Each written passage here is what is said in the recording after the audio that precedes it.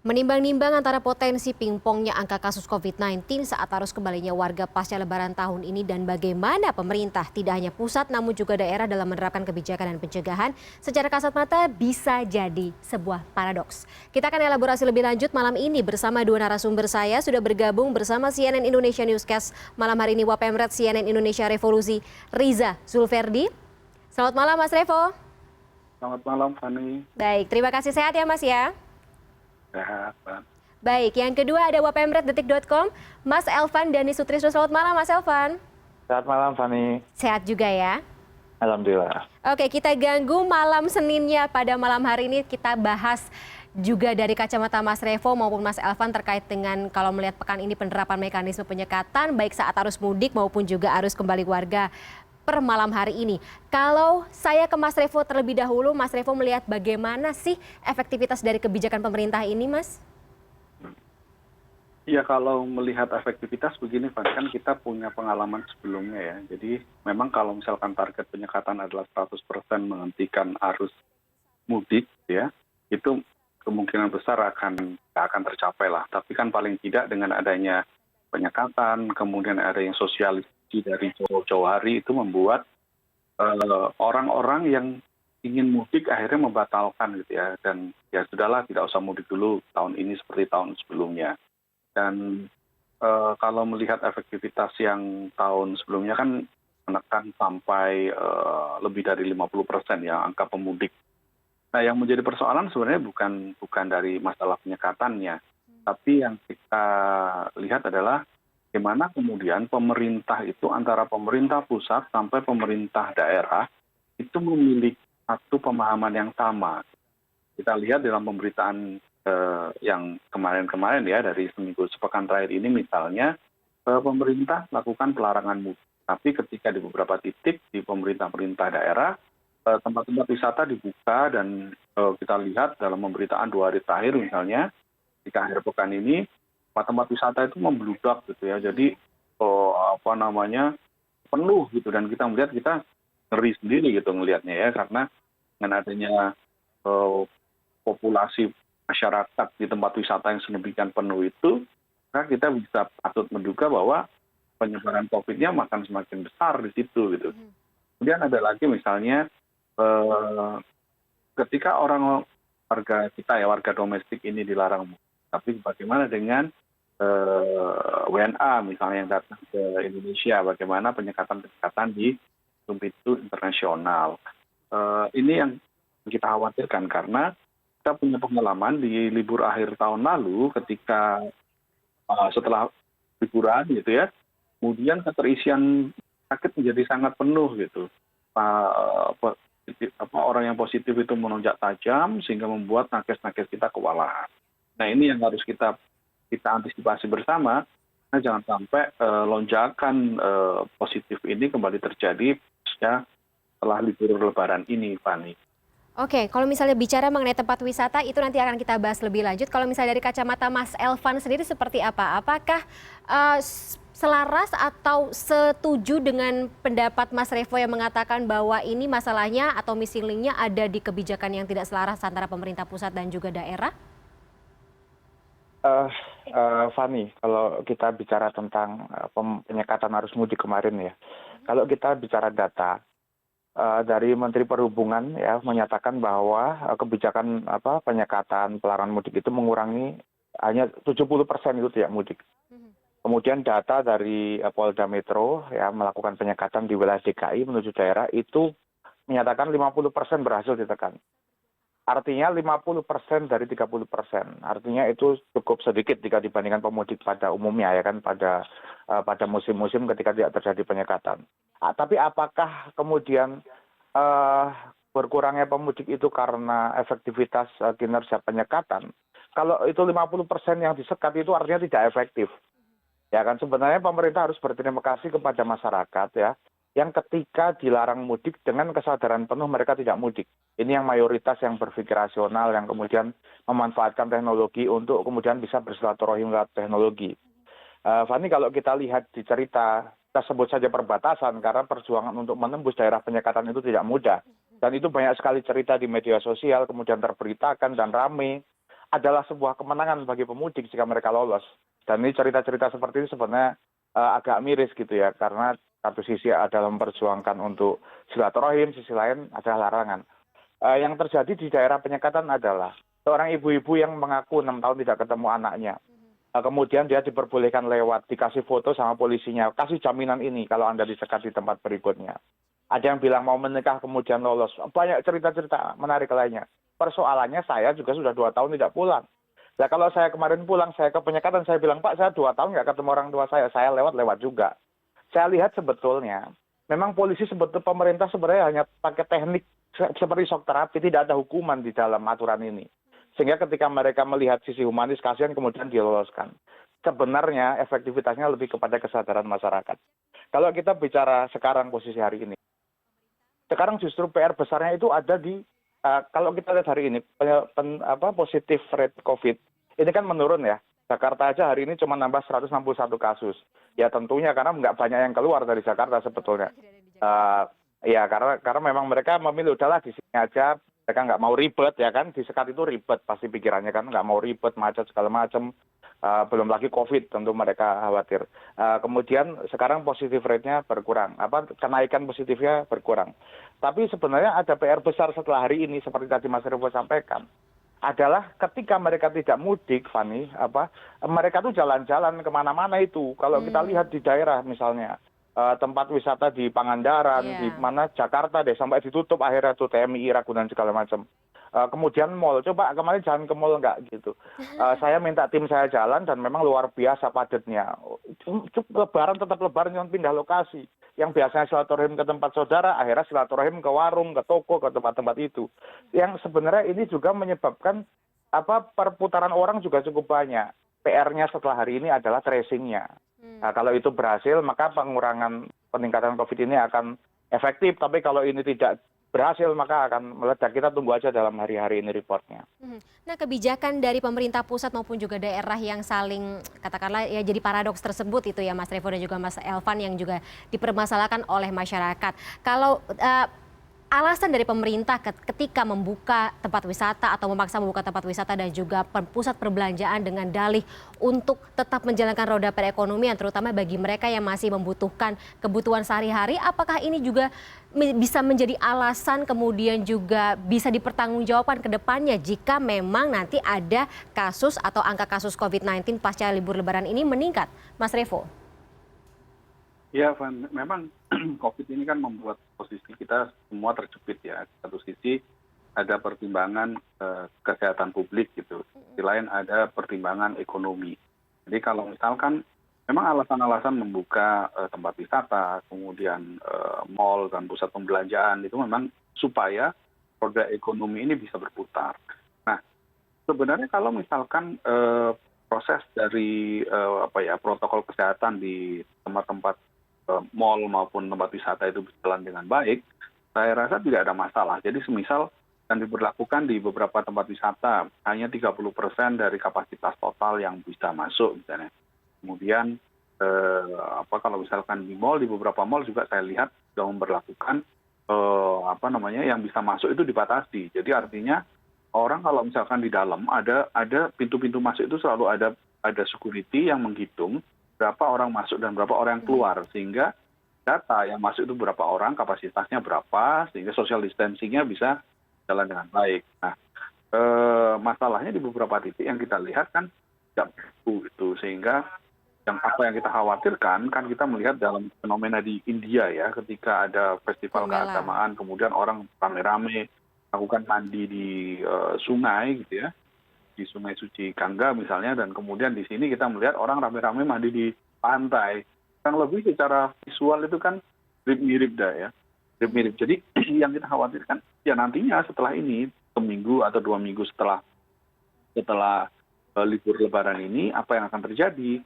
Nah, kalau misalkan pemerintah daerah itu sudah siap gitu ya, dengan tracing-nya, kemudian fasilitas kesehatannya siap, itu ya mungkin boleh-boleh saja gitu dipakai gitu ya, kan vaksinasi juga misalkan sudah lebih dari 70% gitu, tapi kan ini vaksinasi masih sekarang belasan berapa persen gitu ya, yang vaksin kedua bahkan lebih sedikit lagi gitu. Nah, artinya kita masih jauh lah panggang dari api untuk penanganan COVID ini. Ya sebaiknya kita bersabar-sabar, kemudian penerapan protokol kesehatan itu harus kita terapkan dengan baik, karena kalau tidak kita khawatir apa yang terjadi di setelah libur tahun baru kemarin kembali terulang. Itu yang mengkhawatirkan. Kita harapkan tidak seperti itu ya Mas Revo. Kalau dari Mas Elvan dan juga teman-teman dari lapangan sendiri melihat bagaimana situasi kemudian juga pengawasan yang sudah-sudah. Terutama di Ancol dan juga Pangandaran yang kalau misalnya kita ngeliat video viral kemarin memperlihatkan orang banyak sekali yang datang berwisata ke masing-masing lokasi. Tapi kalau misalnya kita mengambil contoh kemarin di PIK yang juga situasinya sama, kemudian juga pengawasannya aparat dengan gerak cepat gitu menutup operasional, tapi terkesan kali ini kurang gerak cepat atau kebijakan penutupan buka tutupnya tidak konsisten. Mas Elvan mungkin bisa mengambil bagaimana penerapannya di lapangan, kemudian juga apa sih laporan yang teman-teman dapat ketika lagi liputan di lapangan saat itu. Tapi tahan dulu jawabannya Mas Elvan, kita akan elaborasi lebih dalam lagi di segmen berikut. Tetaplah bersama kami di CNN Indonesia Newscast, kami akan segera kembali.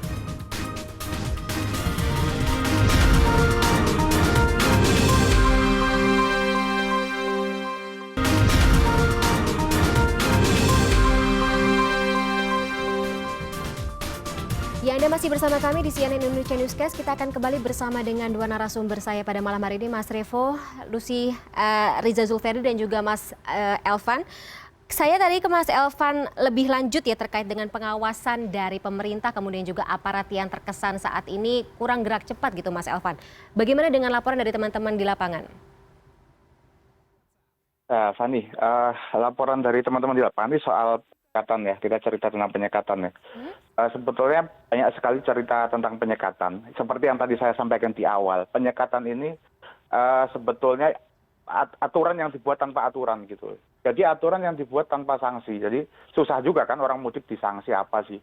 Akhirnya ketika mereka kemudian rame, ketika sudah macet total sangat panjang, mereka melakukan parade bel segala macam, akhirnya kemudian dilepaskan. Ketika mereka punya cerita yang mengharukan, kemudian dilepaskan. Ya sebenarnya ini membuat orang-orang lain yang pengen pulang merasa tidak adil sebetulnya. Ya kan kalau gitu caranya kita pulang-pulang aja, ngantri-ngantri aja gitu loh. Jadi penting memang untuk pemerintah itu tegas dalam segala aturan. Kalau bicara tentang mudik, Fani, dari awal ketika larangan mudik dilakukan itu kan maju mundur pemerintah. Belum kita bicara aglomerasi, yang mana katanya nggak boleh mudik lokal, tapi boleh kerja ke Jakarta. Itu kan cerita sendiri yang kemudian kalau untuk kalangan pekerja misalnya itu mungkin jadi bahan candaan gitu loh. Karena mereka tetap rasionalitas mereka nggak pulang, tapi melihat kayak gini mereka kemudian meragukan ini aturan gimana. Ya kalau aturannya nggak tegas seperti itu, kemudian orang menerobos pulang, apalagi 2 tahun sudah dilarang. Ya akhirnya yang terjadi adalah mereka-mereka yang secara psikologis memang ngotot untuk pulang dengan banyak cara. Cerita yang terjadi tahun lalu terulang. Ada yang masuk ke dalam kontainer, ada yang masuk ke dalam truk, ada yang masuk ke dalam motor baru, bahkan ngumpet di motor baru pengiriman, ada yang masuk ke travel, ada juga yang tim saya investigasi langsung, tim DTX, jalan naik travel sampai ke kampung itu. Dan dia tidak tersekat gitu loh. Kemudian dia pulang balik ke Jakarta ya aman juga. Artinya memang banyak sekali celah-celah yang bisa dilewati oleh tim saya sendiri, ada laporan yang bisa dibaca di Detikcom. Seperti itu, Fani.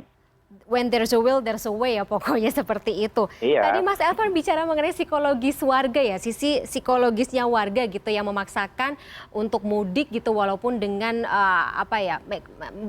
mekanisme atau risiko penyekatan tersebut. Dan kalau misalnya kita melihat ini ada beberapa kasus yang cukup menarik di akhir pekan ini. Ada 3 kasus warga yang secara terang-terangan tidak mau atau kalau tidak mau dibilang emosional ya menentang peraturan penyekatan mudik, kemudian juga di tempat wisata di akhir pekan ini ya ada Puncak, Sukabumi, kemudian juga baru-baru ini di Anyar. Ada korelasinya, Mas Elvan? Saya kira iya. Pertama begini, kita lagi-lagi kalau kita bicara hari ini pasti terjadi karena ada sebabnya.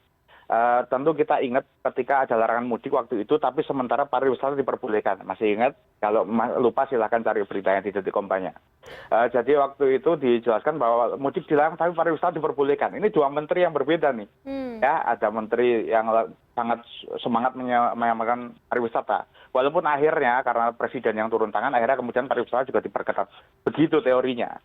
Ya, tapi yang terjadi seperti tadi Mas Revo sampaikan antara pusat dan daerah tidak sinkron soal ini.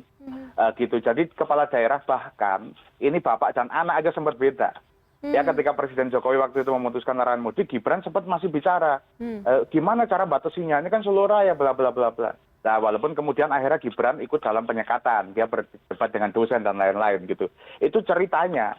Gitu. Jadi awalnya memang penuh dengan ini tidak jelas gitu. Nah, karena itulah kemudian warga tuh secara psikologis mereka sudah 2 tahun tidak pulang, ada yang 6 tahun ngakunya. Ada yang dengan mereka akhirnya banyak cara untuk pokoknya sampai kampung halaman. Bayar deh. Kalau istilahnya kalau harus jalan kaki dulu terus naik angkot lagi, melewati penyekatan, ini ada cerita melewati penyekatan jalan kaki ya. Jadi sampai naik kendaraan, sampai penyekatan, jalan kaki, kemudian naik lagi dan lain-lain. Banyak trik kemarin. Nah, karena itu kemudian mereka berjuang. Kenapa? Karena melihat aturannya juga tidak clear. Nah, kalau udah gitu mereka ketawa-ketawa loh. Kalau kita lihat yang ketika disekat mereka mencet-mencet bel itu dengan sambil teriak-teriak. Apakah mereka sadar mereka sedang melanggar hukum karena mereka melawan larangan mudik? Tidak. Mereka tetap ngebel segala macam. Wah, akhirnya mereka lolos, ya udah, ada yang lewat pembatas jalan segala macam. Dan raut-raut mereka senang ketika melewati tempat penyekatan. Nah, kalau orang bahagia melewati penyekatan kan berarti tak ada aturan buat mereka toh. Nah, itu yang terjadi dan memang pemerintah waktu tahun lalu melarang, itu pun ketika COVID masih kenceng kayak gitu pun dilanggar, apalagi sekarang. Mereka melihat COVID secara data setiap hari diumumkan sudah berkurang. Kan mereka lihat begitu dari televisi ya kan. Dari media-media, dari pengumuman Satgas kan berkurang. Ya kan? Nah, karena itu mereka pikir kalau COVID sudah berkurang terus kenapa kita masih dilarang? Nah, sebenarnya pemerintah bisa menjelaskan itu sambil memberikan aturan yang jelas. Ini dilarang. Kenapa? Karena begini, pertimbangannya begini, karena Bapak belum divaksin dan lain-lain. Saya kira pendekatan-pendekatannya terlalu mepet, sehingga keputusan yang dibuat juga menjadi tergesa-gesa. Akhirnya ya seperti itu kalau kita lihat. Ya sebenarnya akan ramai sekali nih, arus balik juga akan padat. Dan Fani, kita perlu waspadai adalah mudik gelombang berikutnya loh. Jadi dari tanggal sampai 17 ya, ini kan ada larangan mudik, ya kan? Orang-orang tentu sebagian yang ngotot-ngotot yang nekat udah pada mudik dan udah pulang mereka. Sekarang lagi berebut untuk kembali ke Jakarta. Nah, orang-orang yang rasional tadi, yang berpikir ini larangan, kita nggak usah ikut, berbahaya, nanti macet, nanti dikena sanksi segala macam. Ya udah, kita cuti setelah Lebaran. Ya, kira-kira orang-orang seperti itu akan bikin macet baru lagi nih dari tanggal 17, apalagi ada satu tanggal merah lagi minggu depan tuh. Nah, ini pemerintah harus antisipasi juga. Karena secara psikologis tekad mereka mudik juga sama besarnya seperti yang kemarin ngotot, begitu Fani. Oke, Mas Revo, kalau misalnya tadi katanya Mas Elvan gitu dengan banyaknya pelanggaran peraturan yang ada di lapangan gitu terkait dengan penyekatan kemudian juga di tempat wisata, Mas Revo sendiri melihat presidennya seperti apa sih gitu, peran dari aparat? Kalau saya pribadi nih misalnya, biasanya kalau saya melihat kepolisian gitu, aparat penegak hukum, saya takut untuk melanggar aturan, tapi ini warga tampaknya tidak peduli gitu, bahkan berani untuk mengatakan kata-kata kotor terhadap aparat yang biasanya selama ini ditakuti gitu image-nya oleh masyarakat. Seperti apa Mas Revo melihatnya? Ya mungkin karena yang tadi katakan Mas Elvan ya, Van. Kita kan selama terakhir kemarin juga mendiskusikan gitu ya di rapat-rapat editorial kita gitu. Sebenarnya kalau misalkan kita ini melanggar penyekatan atau kita ini, sebenarnya sanksinya apa sih? Berapa sih dendanya? Berapa kira-kira dendanya? Apakah ini seperti pelanggaran undang-undang kekarantinaan yang bisa didenda 100 juta. Atau kalau misalkan tetap melanggar, kalau tidak sanggup membayar, harus dihukum di sel berapa lama.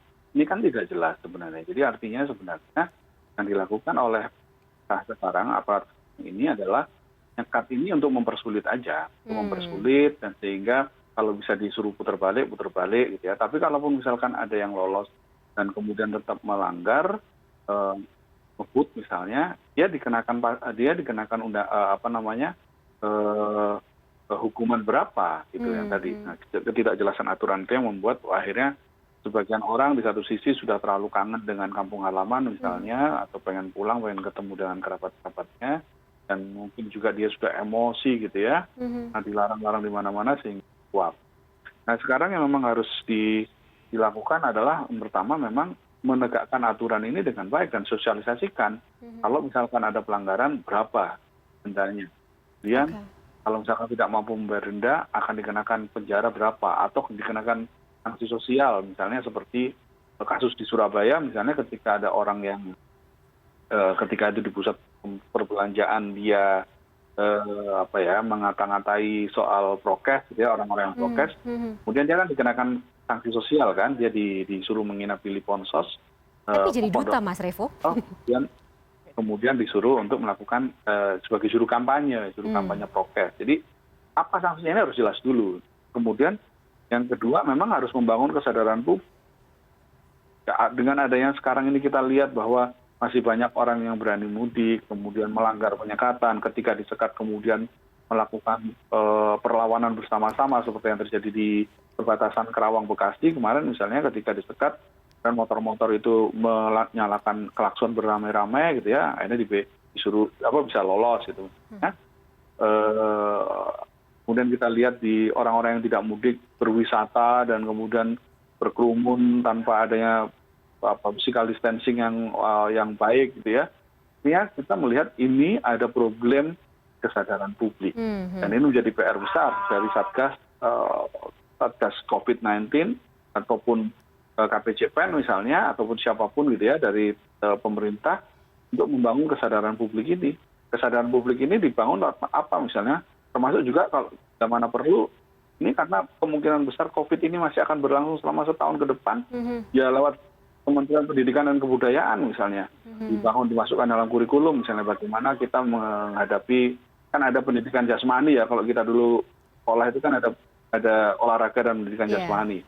Itu masuk dalam kurikulum misalnya, sehingga kesadaran publiknya itu orang itu akan menjalankan protokol kesehatan karena sadar akan kesehatan dirinya, bukan karena ada ancaman sanksi. Itu yang penting dilakukan.